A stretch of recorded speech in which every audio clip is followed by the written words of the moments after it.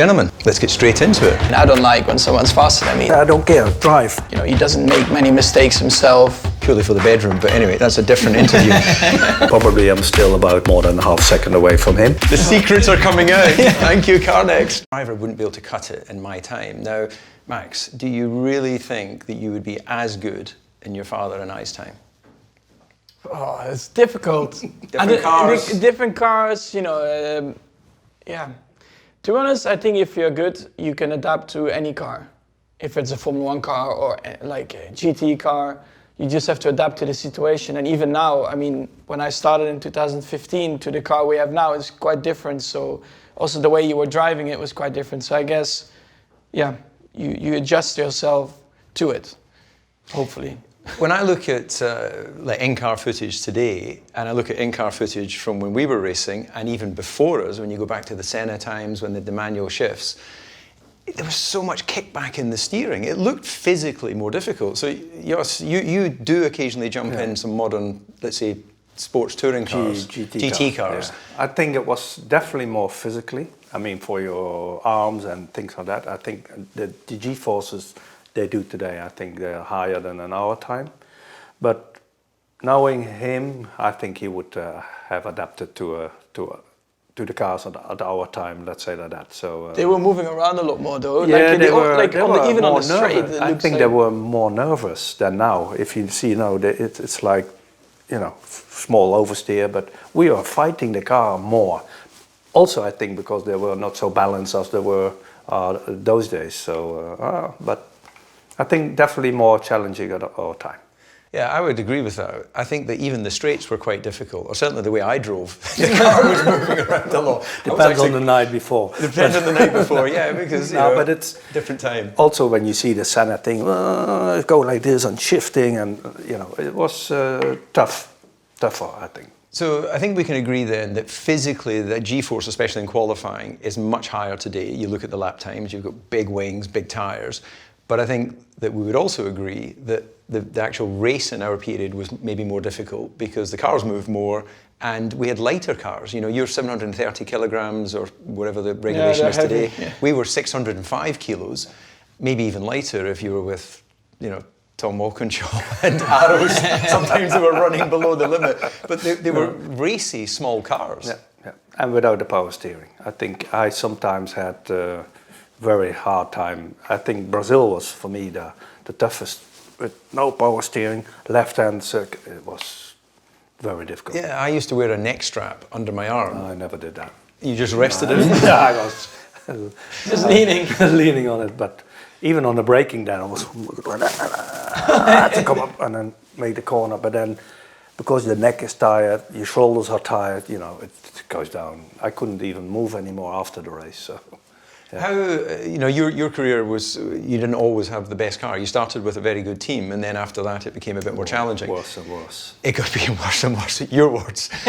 Physically, where do you think you were at that time? Because we know Max is an athlete, we see him training, we see all the work that the young modern drivers do. I was probably at a crossover point where I had a professional trainer. Where were you? You always looked strong, but were you? Yeah, but fit? I didn't have the trainer at home at the time, so I was relying on myself, what I knew about it. But it's definitely not as professional as the work they do today, because they have the trainer around. They do the test before the season, during the season, after the season, so they know exactly where you are physically. But we haven't done any tests. You know, if you had to do a test, you had to do it for yourself. I did it a few times, but I don't know how physically good I was. But I always had problems with my neck because I always had the G-forces. I couldn't stand that well. But he never complains about his neck. So I think physically, me. You've got a big neck as well. Sorry. No, but I don't know. For sure, the work they do now is so much more professional than at my time. So physically, you always look like you could go again. I don't think I've actually seen you look tired at the end of a Grand Prix. So would you say that's down to the modern cars, like your father saying, with you know, power steering? Or is it just that your capacity to deal with what's going on, like everything in sport, it evolves over time? Yeah, I guess it's a bit of both. I mean, to be honest, even in like F3 or whatever, I never really struggled. But for sure, the power steering helps a lot because it takes a lot of force away from the shoulders, and of course, when the shoulders get tight, it's going through your neck. That helps. But I think also the way of training my neck these days, I think is, I have like this kind of harness, and it seems like it's very effective. You can do all different kinds of rotations, so it seems like that is working quite well. But yeah, I mean, some people just struggle a bit more with their neck, even if they train very hard. It just depends also on the length of your neck, and of course how heavy your head is. But Drivers have big brains. but it does make a difference. But yeah, luckily no issues there. So you actually you put a big strap to your head when you're training? Yeah, it's like a device you put on your head, and you can basically, like, that thing can go 360 degrees. I mean, not that I can do that, but at least you can turn it around in all different kind of ways. You can do all different kind of movements, and that seems to work well. Very impressive. The only time I've ever had any sort of straps and what have you, it was purely for the bedroom. But anyway, that's a different interview. So, now, just focusing on where we are in Formula One today, and I'm interested, Jos, first of all, from you, because I have some views on some of the regulations in Formula One. So, if you, looking today at your son out on track, putting that to one side, what would be a regulation that you would change in modern Formula One that either takes us back to where we were or takes us forward if you have a vision? Probably take it somewhere in the middle, but all the buttons they have to change during a lap and charging battery and things like that. I don't like that so much. No, I prefer the one we had in my time. Let's say that. It's too much. Sometimes I'm listening to his radio. I don't understand what they're talking about. Oh, but I was just saying. I just add. No, but it's too much. They have to change so many things, and I think it should go back a bit more normal, let's say like that. Yeah. So in an average lap, you would always have to adjust something in the cockpit to do with harvesting power or deploying energy? So in the race, for example, I mean, you have different modes with the battery level. So I know the modes where, it's sustainable, so it just stays at a similar level throughout the lap. So, but then also, let's say with 2 laps to go or whatever, you can go through a different mode and it will drain the battery slowly. So it's just, you read through what they tell you, of course.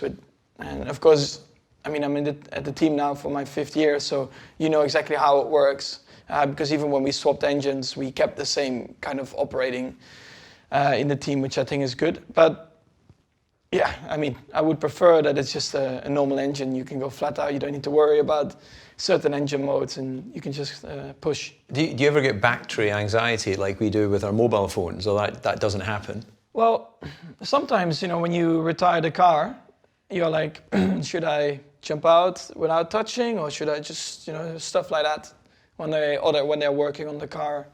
But no electric shock so far? Luckily not. Good. Another thing that you use... It would kill you. If you get it in Formula 1, yeah, it would kill you. You're dead. Yeah. Well, I guess on the upside, you only die once. So, yeah. And we unless you're do it in a good way. Unless you're like a cat, you like a cartoon, you'd be like. Anyway, one of the modern regulations brought into play to try and improve the racing is DRS. So we know we've got the hybrid engines. We had to do it old school, which was to get yourself into a slipstreaming position. DRS. You just accept it's there and it's a benefit, or? Well, we have to at the moment with the cars we have, because once you're within like 2.5, 3 seconds, you already start to lose downforce. So when you're within 1 second, the car loses like 70-80% of its downforce. So it's incredible. Like it's a completely different car. It's almost like very uncontrollable as well, because the car is just moving around a lot. So that's the only way of overtaking, to be honest, at the moment. Of course, I would like to see it without, but I think then you have to change the cars a lot because I think they are really wide at the moment. I think we should go back to a bit more of a narrow car, and the car is also very long. So I honestly prefer the cars how they were like 2006, 2007. I think that was a very beautiful car. It's interesting, isn't it, that he's winning, he's successful in Formula One today, but there was something about, even beyond our era, that was quite special about Formula One. Light, narrow, racy cars. Engines, noise. Yeah. V10 would be nice, yeah. Yeah, well, did you race V10? I started with the V10. Or you I think V8 I already? had a V10. Yeah, V10. Yeah, we had V10s and abs- V8s. Yeah, and That was good. we used to blow engines up in those days, like Yeah. proper bits Yeah, of proper piston fire, bouncing down. smoke and things like The that. smoke. No, but when we were testing in, for example, in Barcelona, and you were sitting in your motorhome and you hear a car going out with a noise, that was, the hair came, up. And now you can stay next to the track making a phone call. It's no problem. But at our time, it was not possible. And I think that was Formula One. Well, it just, I like that. I think it creates emotion, isn't it? Like, where was it when we were in Mugello? The old Ferrari F1 car was on the track from 2004. I mean, the car was slow on the straight compared to what we do, but it's just incredible, the noise. Like, it just makes a Formula One car, I think. Yeah, That's, I think, what we miss at the moment. Yeah, I think that there's not many of the fans of Formula One wouldn't agree with you. It doesn't matter if you go 300 or 360. If you don't have the sound of the engine, And the emotion, what it brings. doesn't matter. Doesn't it? Yeah, I liken it to, and I don't want to say anything inappropriate, of course, but it's a little bit like if you're making love, there has to be a certain natural soundtrack to that moment. But if you make love in a caravan when your mum and dad are in the next room, It's a bit different. It's different. So it's anyway. So we agree. More noise. I like the is good. comparison. Yeah, thank you. I like to keep it, in a that's way good. that people can relate to. Probably. Well, caravans are they not very popular with the Dutch? Yeah, we had one in go-karting. Yeah, we did. Yeah. It's very popular, David. Yeah, good. Bit of camping.